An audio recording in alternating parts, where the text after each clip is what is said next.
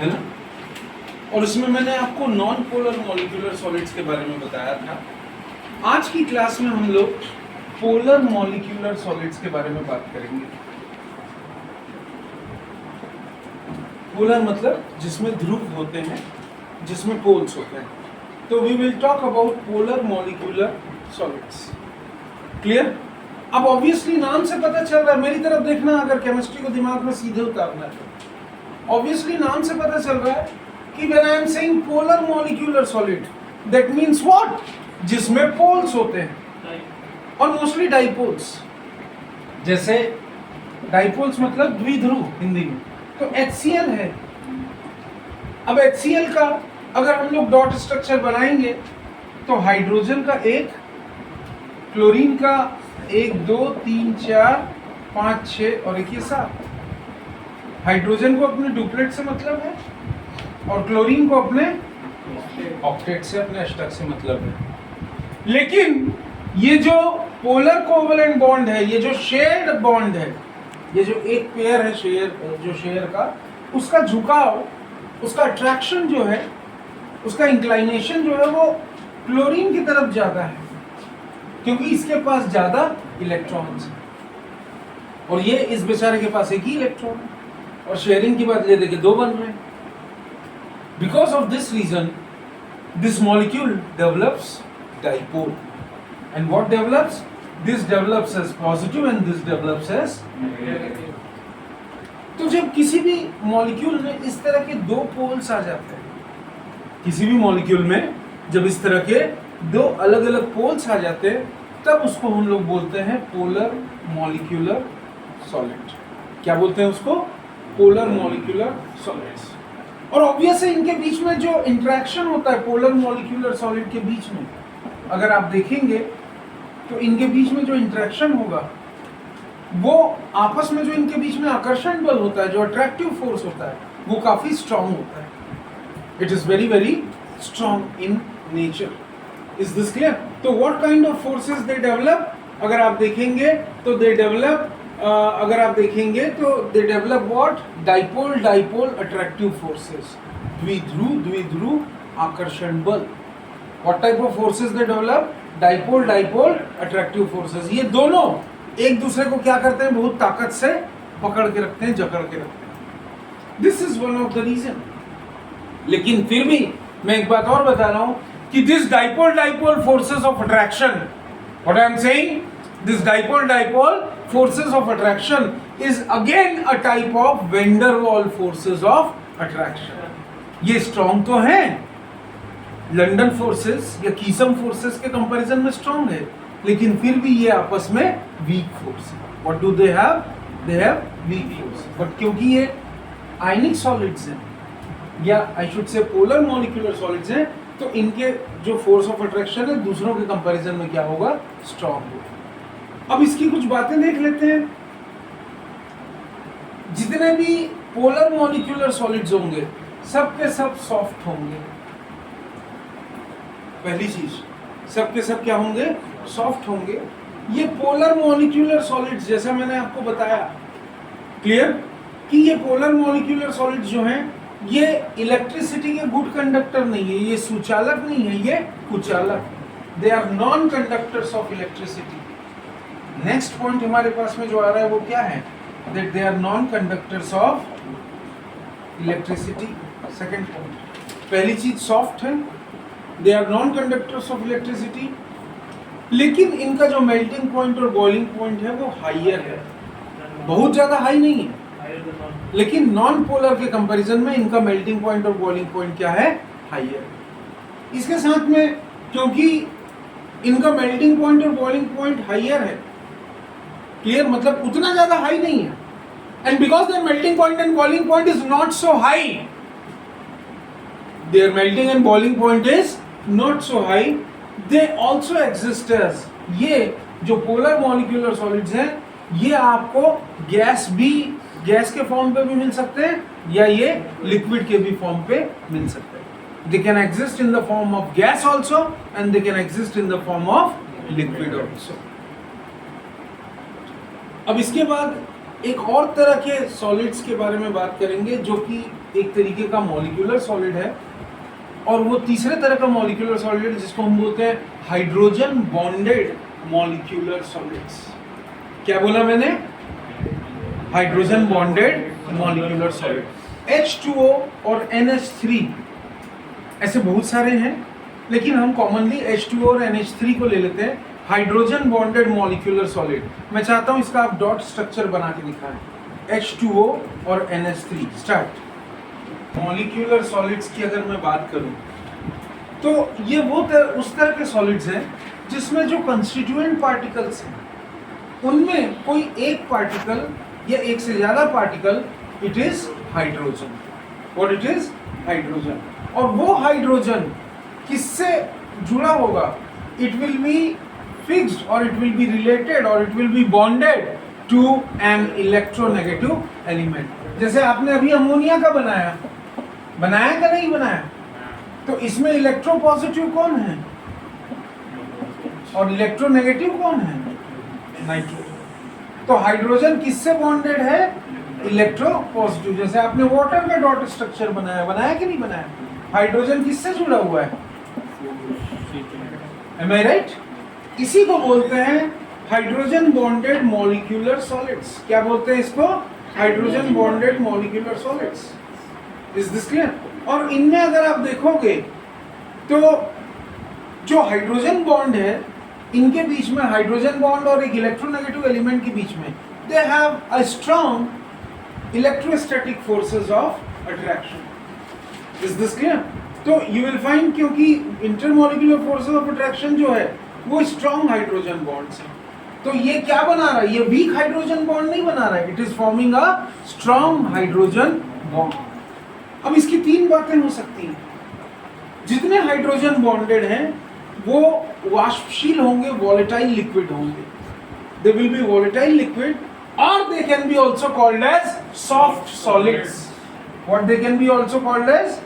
They can be also called as, either they will be volatile liquid or they will be called as soft solids. Volatile मतलब वाष्पशील, भाप बन करके उड़ सकते हैं। Is this clear? Again, these hydrogen bonded molecular solids, they are non-conductors of electricity. What they are? Non-conductors. Yes, they are non-conductors of electricity. So what they are? They are non-conductors of electricity, जैसे मैंने आपको बताया। Clear? And you will find कि इनका, क्योंकि hydrogen bonding तो ये बना रहा है, but they have strong forces of attraction. That is why they will have high melting and boiling point. What they will have? High melting and boiling point. अब इसके बाद हम लोग बात करेंगे और network solid. After this, we come to the next point, that is covalent or network solid.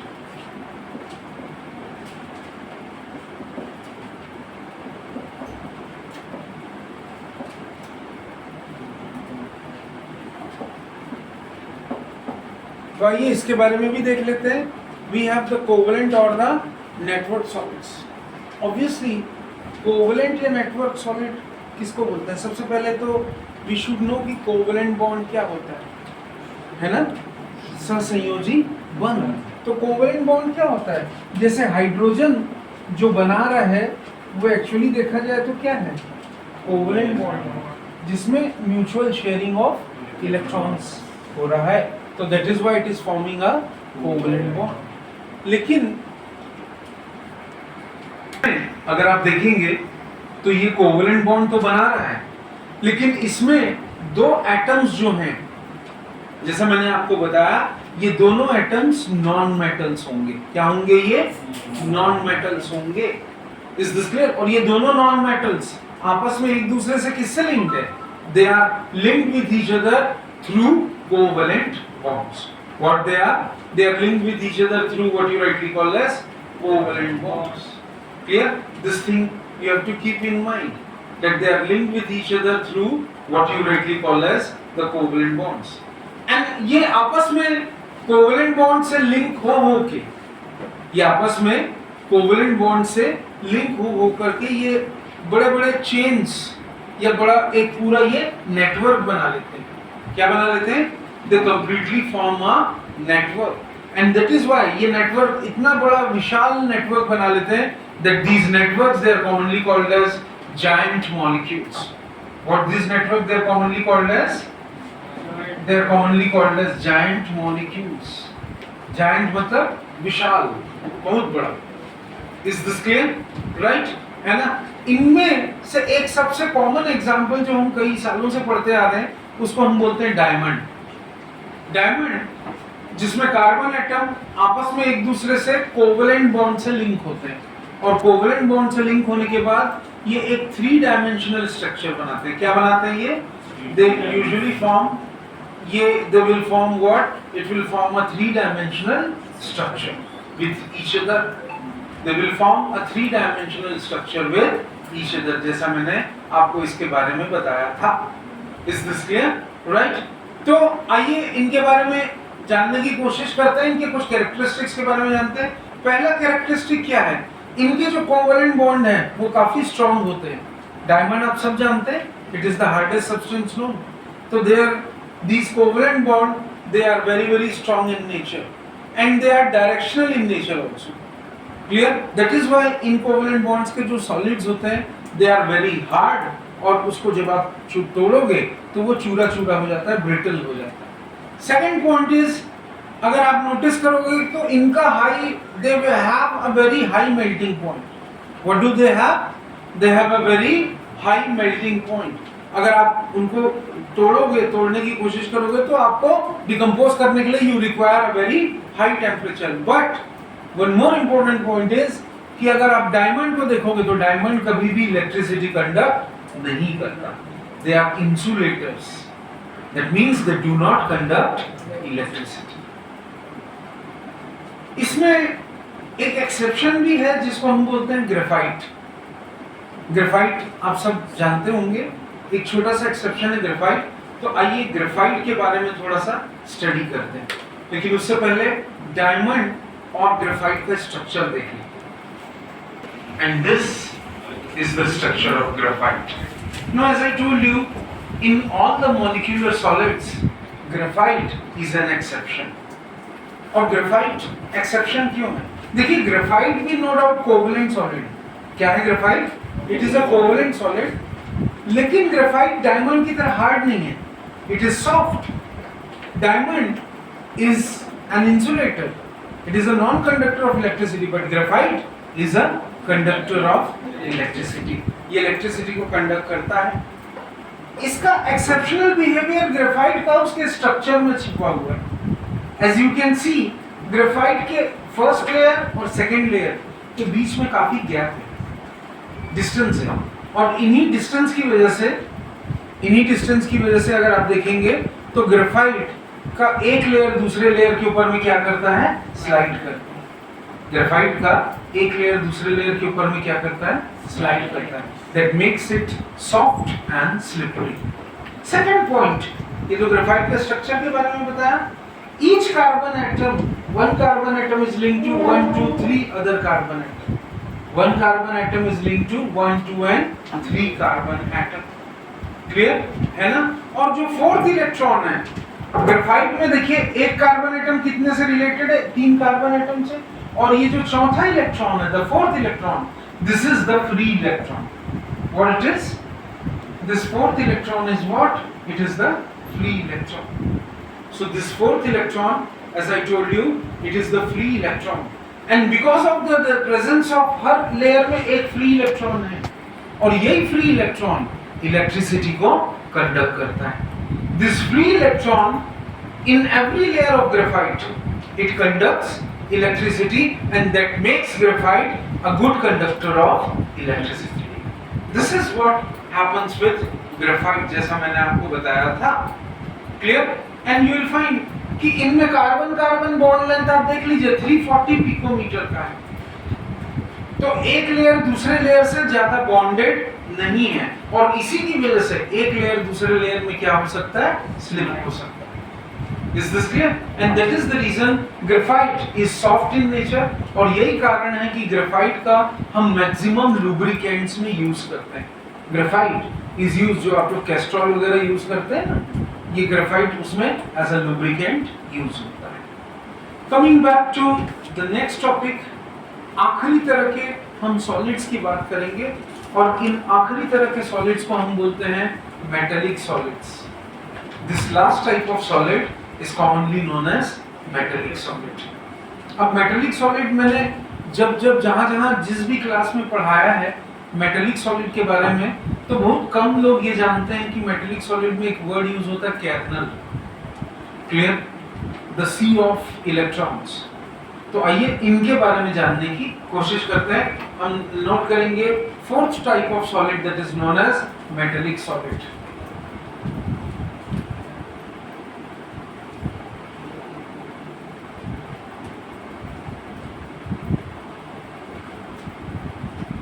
So now we have the fourth type of solid, and this solid is known as metallic solid. What is this solid commonly known as? It is known as metallic solids. You will find, अगर आप periodic table की तरफ थोड़ा सा एक बार नजर घुमाएंगे, तो आपको बहुत clearly समझ में आ जाएगा कि most of the metals, there are 22 non-metals. Leaving them, the metalloids we have, the rest of the part, around 70% is metals. Metals, they have one unique property. And what is that unique property of metals? That metals, they give electron. What metals do they give? They give electrons. That is what makes metals electropositive in nature. While on the other hand, non-metals क्या करते हैं? Electron लेते हैं. तो non-metals they are electronegative. एक बन जाता है cation और दूसरा बन जाता है anion. इसी के बेसिस पे अगर हम लोग मेटेलिक सॉलिड्स में देखेंगे, तो मेटेलिक सॉलिड्स में एक खास बात ये है, ये छोटा सा एक डायग्राम है, आप लोग चाहें तो प्रैक्टिस कर सकते हैं, ना करें तो भी कोई दिक्कत नहीं है. यू विल फाइंड कि मेटेलिक जितने भी मेटल्स होते हैं दुनिया में, जितने भी मेटल्स हैं, ऑल द मेटल्स अगर आप देखेंगे तो you will find all the metals they contain free electrons in their outer most surface. What do the metals they contain? free electron in their outermost surface. और यही free electron immediately किसी के साथ में भी react कर लेता है, metals उसको दे देते हैं. अब वो जो, अगर मैंने मान लीजिए ये मेरे पास में एक free electron है, ये metal है और ये free electron है, ये free electron मैंने किसी को दे दिया, तो उसकी जगह कौन आके ले लेगा? ये positive charge. उसकी जगह कौन आकर के ले लेगा? ये पॉजिटिव चार्ज आकर के ले लेगा. Is this clear? यहाँ पे कुछ होल्स हो जाएंगे और वो पॉजिटिव चार्ज उस जगह को, उस खाली स्थान को कवर करने की कोशिश करेंगे.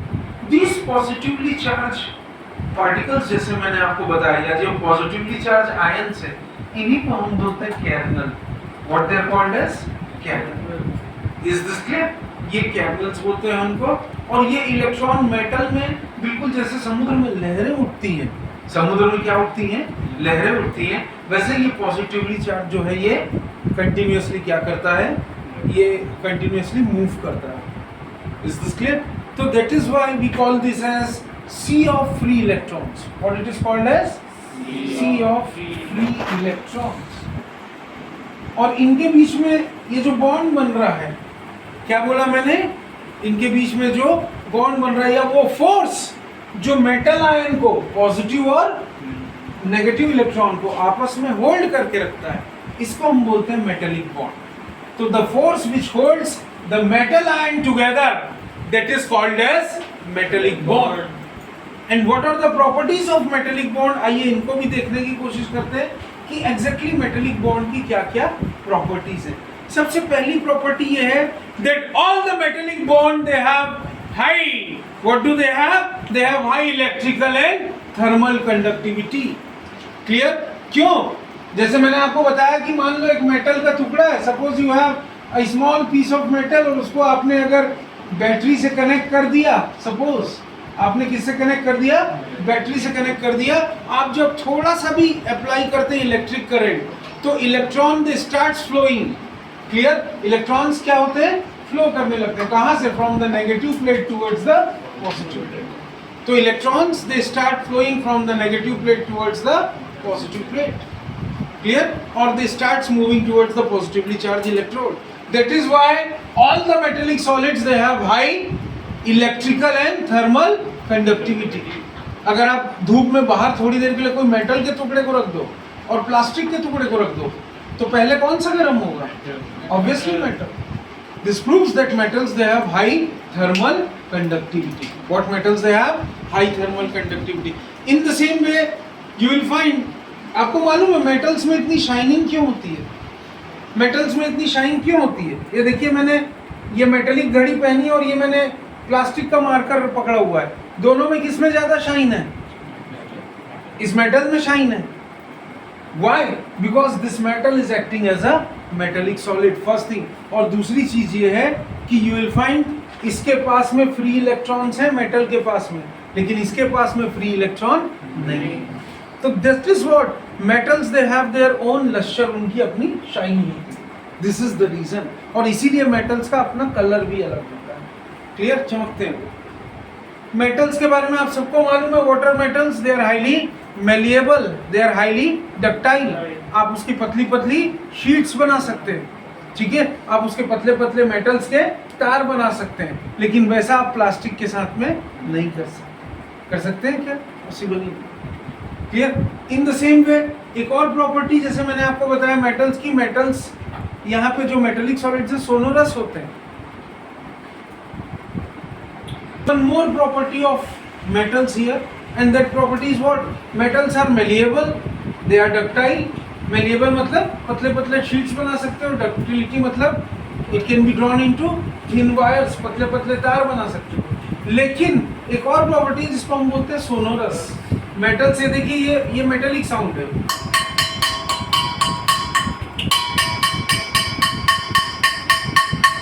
Am I right?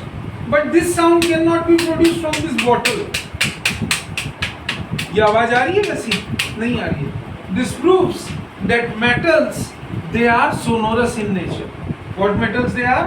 Sonorous in nature. That means metals they produce metallic sound. What do metals they produce? It produces metallic sound. Clear?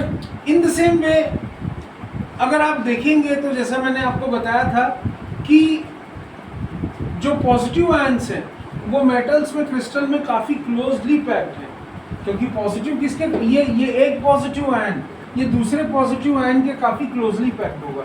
It is because of this reason that metals they have high melting point and boiling point. This is one of the reason that metals they have high melting point and boiling point, and they have obviously they have high density. तो ये मैंने आज आपको classification अलग अलग तरह के crystalline solid के बारे में बताया. जो सबसे पहले हमने पढ़ा वो था आयनिक सॉलिड्स. उसके बाद हमने पढ़ा मॉलिक्यूलर सॉलिड. मॉलिक्यूलर सॉलिड 3 अलग अलग टाइप ऑफ सॉलिड्स में डिवाइडेड था. कौन सा? पोलर, नॉन पोलर और हाइड्रोजन. और थर्ड तरह का हमने पढ़ा कोवलेंट या नेटवर्क सॉलिड, अभी डायमंड और ग्रेफाइट. और चौथा जो हमने पढ़ा वो है आपका metallic. Thank you. Next class में हम अब बात करेंगे स्पेस लेटाइसिस एंड यूनिट सेल्स के बारे में. किसके बारे में? Space लेटाइसिस and unit cell.